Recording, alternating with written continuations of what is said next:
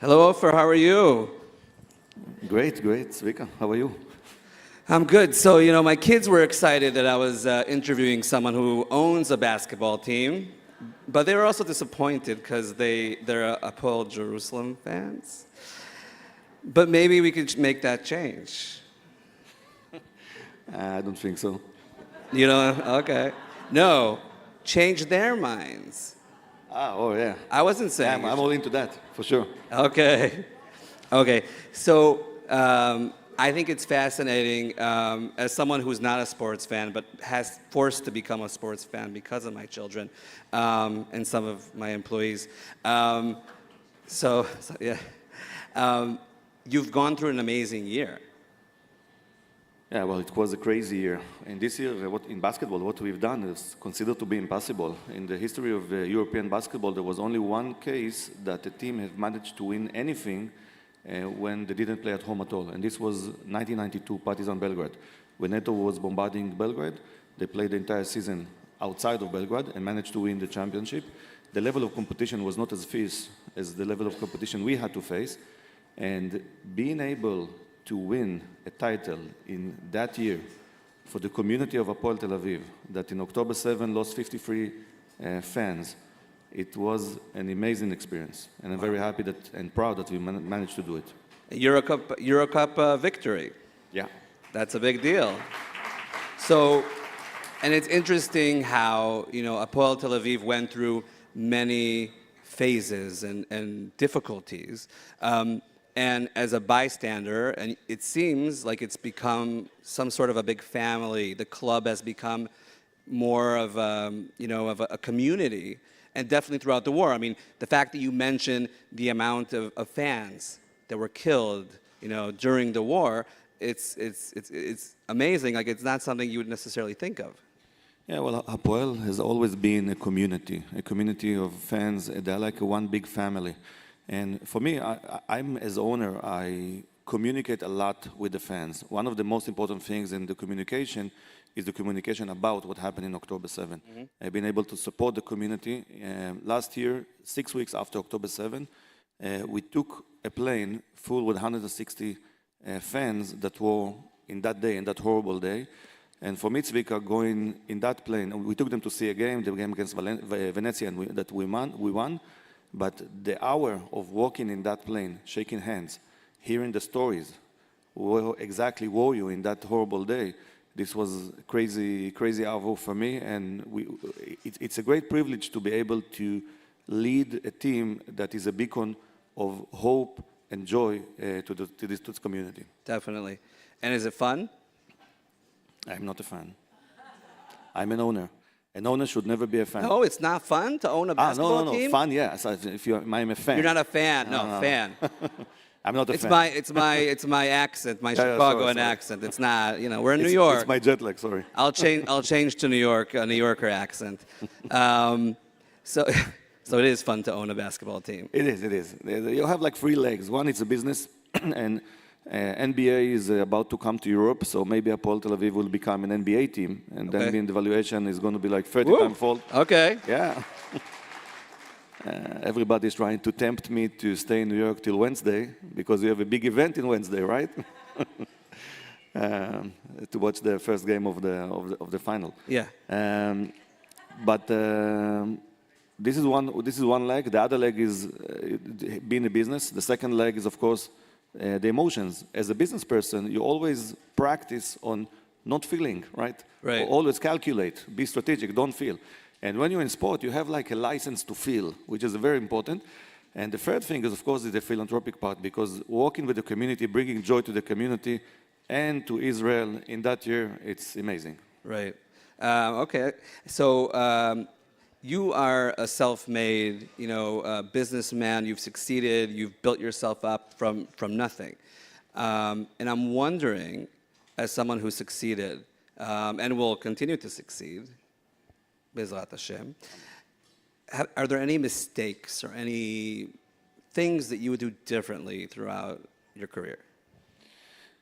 I think if you follow my career, you can find patterns that are similar between what I did in Nofar and what I'm doing in Hapoel. Nofar Energy. Nofar Energy, my company. I'm not a guy that accepts the status quo. I've always tried to challenge it and always try to change it. In Nofar, we brought in floating PV, first batteries to Israel. And in Hapoel, we are challenging the old order, the current order in Israeli basketball, also in European basketball.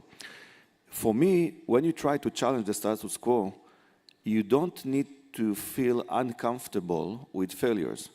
You need to feel uncomfortable if you don't fail often enough. Okay. Because what does it mean? It means you are playing safe. And if you fail, and I failed a lot, and I will fail a lot, you should use the failure as a moment that you can take the crisis that usually comes with the failure. In sports, it's usually also very emotional, and to take the organization one step further. Use the failure as your fuel. So I think that if you don't fail enough, it means you are not trying hard enough. I better start failing. Sure. Okay. There are a lot of talks nowadays about the Israeli political system. I spoke about it also earlier, but many of us feel in Israel that there's just not enough people representing them. And there are also many people who are considering going into politics. I think one phenomena that we've seen since October 7th is many people like yourself who are in business, you actually were involved in public life and in philanthropy, but others who weren't and now care and now want to be involved. So, are you going to be a prime minister one day? Yeah, and I'm considered to be the direct one. So I want to tell you something. The big political, first, I think I totally agree. I think that every person, every good person that is able to contribute should consider the way to do it. What we discovered in October 7 is that we're extremely fragile. Yeah. And we need to work hard to keep the dream alive, the dream of the Zionist state of Israel. Considering that, you know, I've had... Yeah, you could clap, definitely. The biggest political figure of the time is, of course, Netanyahu. I've had a personal meeting with him in 2022 when he was in the opposition. He had some free time. Yeah. And tell me about it. And I kind of, you know, after you finish the meeting, you kind of you start to comparing yourself, right? So I said, okay, we are both similar because we're both intelligent and educated. He has an advantage. I think he has another 500 great books because he's 25 years older than me. So he had the time to read another 500 great books. You read a lot? Yeah, I read a lot, like 2 books a week. This is my okay. pace. And but the differences for me were 2 differences. One, I think that Bibi really passionate about words, and though I really love words, I'm passionate more about actions, about things that they need to get done. And I think you have a few supporters in the audience here. Yeah, maybe. And the second thing is that I think Bibi is very conservative, and I'm a guy that when he enters a room, he thinks of how do I renovate here, right? How do I make the changes here? And maybe even like to disrupt in a positive sense. Exactly. This is me. I'm a disruptor. I'm a guy that makes changes. I'm not sure the political climate in Israel has an appetite for this kind of figure. If one day I think that there is an appetite, then maybe this will become a real discussion. Okay. Because if I go into politics, I want to be able to make changes.